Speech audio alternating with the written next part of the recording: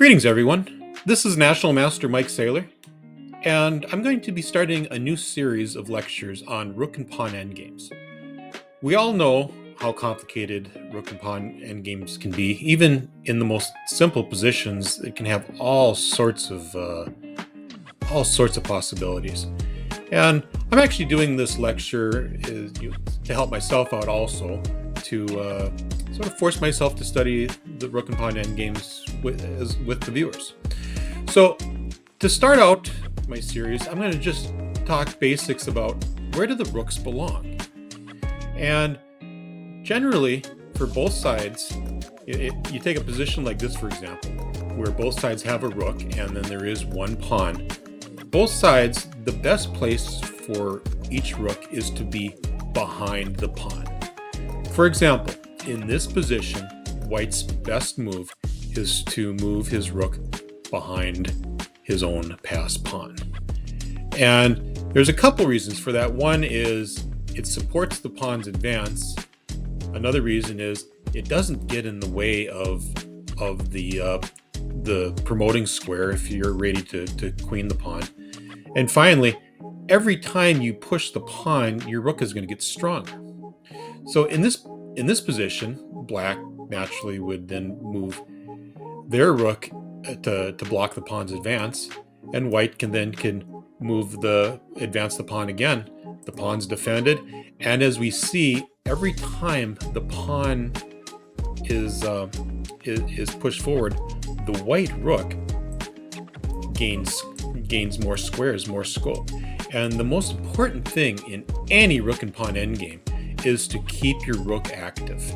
In this case, White has a very active rook and Black doesn't. So just hypothetically, if Black would then move his rook back, White could just advance the pawn again, and now, as we see, White's rook becomes more and more active every time the pawn is pushed, and Black's rook just becomes more and more passive.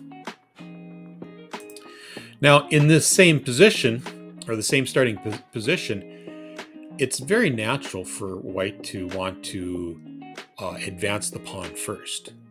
So in that case, if White would advance the pawn, well, then Black doesn't want to play the same move as we saw before, where you're making their rook passive. What Black would want to do is place their own rook behind the pawn. So in this case, the best move would be to check the king. And now Black has placed the rook behind the passed pawn.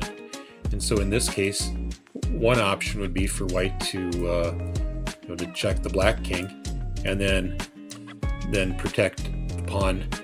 But as we can see, Black now has the most scope, and all White's really doing, and White doesn't necessarily have.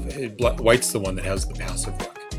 So in this position, it's just natural for White to want to keep pushing their pawn as close to queening as possible. But now this rook is extremely passive, and Black's rook has all the scope in the world. As we can see with the evaluation bar, this is a draw. So going back a few moves, then the best place for either side to place their rook is behind the passed pawn, or behind the pawn, whether it's theirs or their opponent's, because every time that the pawn advances, the rook that's behind that pawn will only get stronger, and the rook that is in front of the pawn will only get weaker because it's losing more and more ground. Now, in this particular case, the second best, if you cannot get your rook behind the passed pawn, then the next best place to put it is on the side. So White's best move in this case is not to make the rook passive by putting it over in the corner, but its best move is to guard the pawn from the side. Therefore, although it's not as good as having the rook behind the pawn, in this case, the the rook still has tons of scope. It's not completely passive. It has some options in order to at some point harass the king, and then maybe figure out some other ways in order to eventually advance the pawn. Very good. Now let me set up another position here.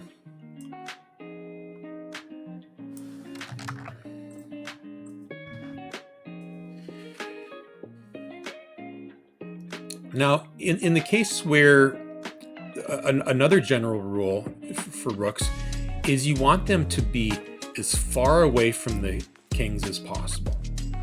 In this particular, the one thing to always remember about rooks is no matter what square they're on, they're going to attack the same number of squares. So if I'm in the corner, I'm attacking seven squares each way along the files and ranks. So no matter where I would place my rook, it's going to control the same number of squares.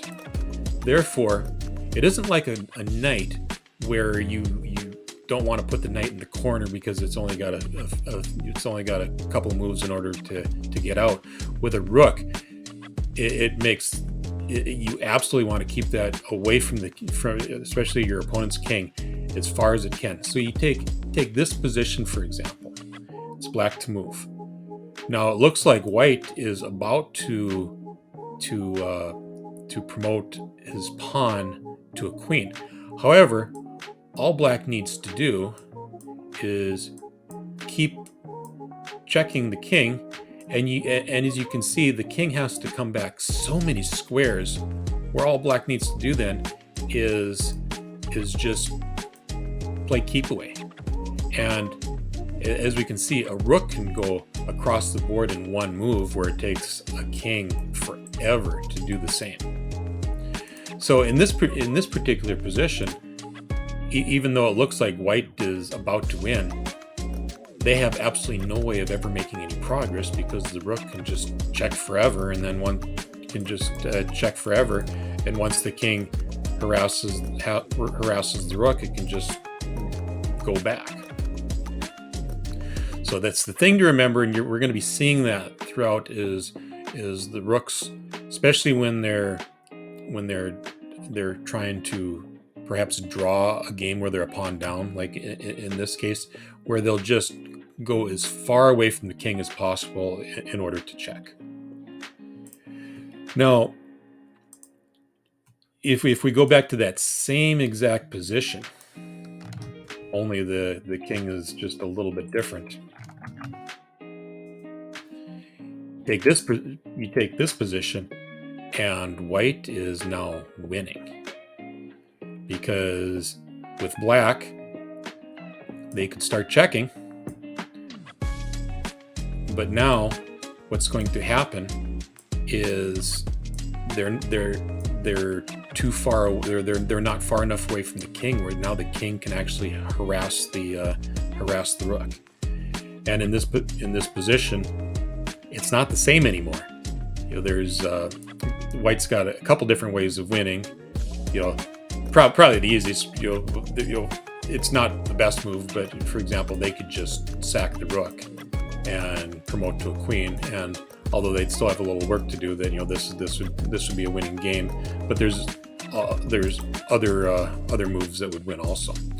So in this case, as we can see, since the rook is a long range piece and the king is a short range piece, when the two pieces are within are in close proximity to each other, the king does very well against a rook, because the rook the rook can't move diagonal, whereas the king can.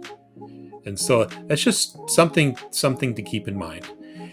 And with that, I'm going to conclude the my first video lecture on Rook and Pawn endgames.